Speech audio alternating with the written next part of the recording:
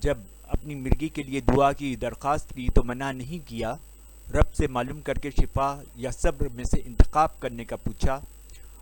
آپ نے شفا کی نسبت صبر سے زندگی گزارنے کو ترجیح دی، اور ان کے متعلق کئی احادیث ہیں۔ ایسے لوگوں کے لیے دنیا میں آزمائش ہے جس کا صلہ آخرت میں دیا جائے گا۔ کسی حدیث میں یہ نہیں ملتا کہ اس وقت کی صحابیات رضی اللہ تعالیٰ عنہ جس طرح زندگی گزارتی تھیں کسی کام سے روکا ہو۔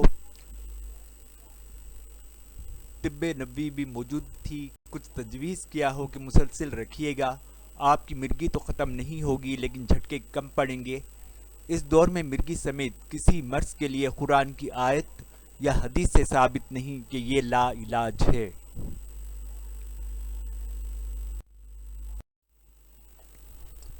حفاظتی اقدامات کیا کریں جب کسی کو مرغی کے دورے میں دیکھیں؟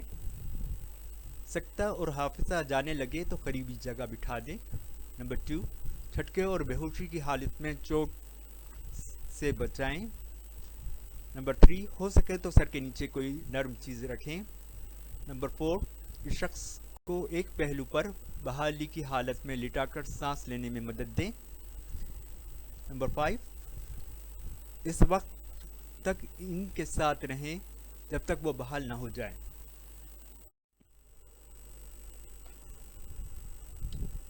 کیا نہ کریں؟ 1، اس شخص کی حرکات دورے کی حالت میں روکنا۔ 2، اس کے منہ میں کچھ ڈالنا۔ 3، انہیں پورا بحال ہونے سے پہلے سوال کرنا۔ 4، بحال ہونے سے پہلے کچھ کھانے یا پینے کے لیے دینا۔ سوال: یوں تو سوالات کئی بنتے ہیں، لیکن میں نے مرغی کے عالمی اداروں سے 3 سوال اٹھائے جس کا تسلی بخش جواب نہیں ملا۔ سوال: آپ میڈیکل اور روحانی مرغی کا فرق کرتے کیسے ہیں؟ مرغی کی تشخیص جب دوسرے دورے پر ہوتی ہے تو دونوں جھٹکوں کے درمیان آج تک وقت کا کوئی پیمانہ کیوں نہیں دیا گیا؟ بن دورے دوا کا سلسلہ لگاتار 2 سال رکھنے کے پیچھے منطق یا اہمیت کیا ہے؟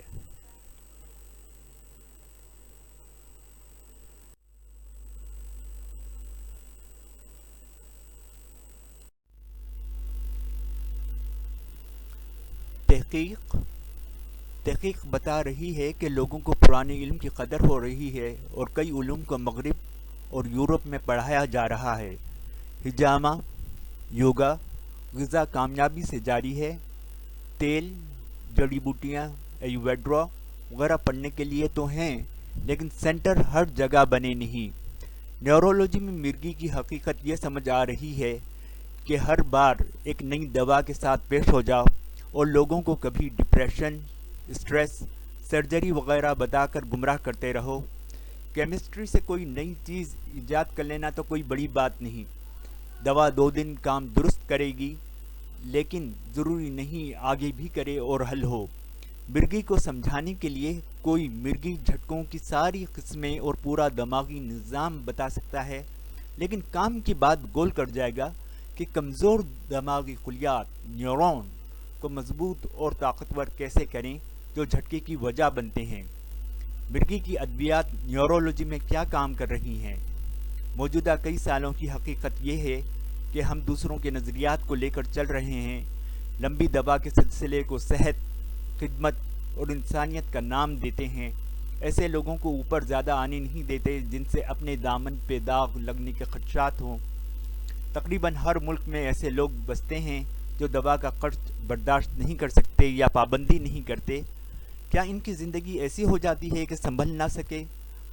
بہت سے ادارے بتا رہے ہیں کہ مریضوں کی تعداد کس قدر بڑھ رہی ہے، مگر کوئی تدبیر نہیں بتا رہا کہ اس عمل سے مرض ختم ہو رہا ہے اور دوا سے جان چھوٹ رہی ہے۔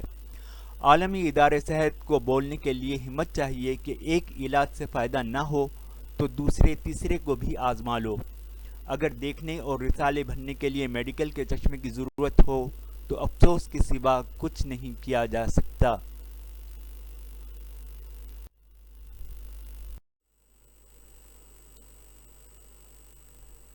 اختتام: میں علم کے حصول میں محدود نہیں، دنیا کے موجود علاج کے طریقوں کو پڑھتا ہوں اور صحت کی ہر ممکن تحقیق کرتا رہتا ہوں۔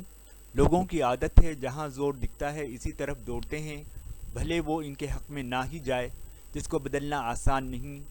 کوشش کی ہے وہ ضروری باتوں کو لکھوں کہ لوگوں کو آسانی سے سمجھ آ جائے۔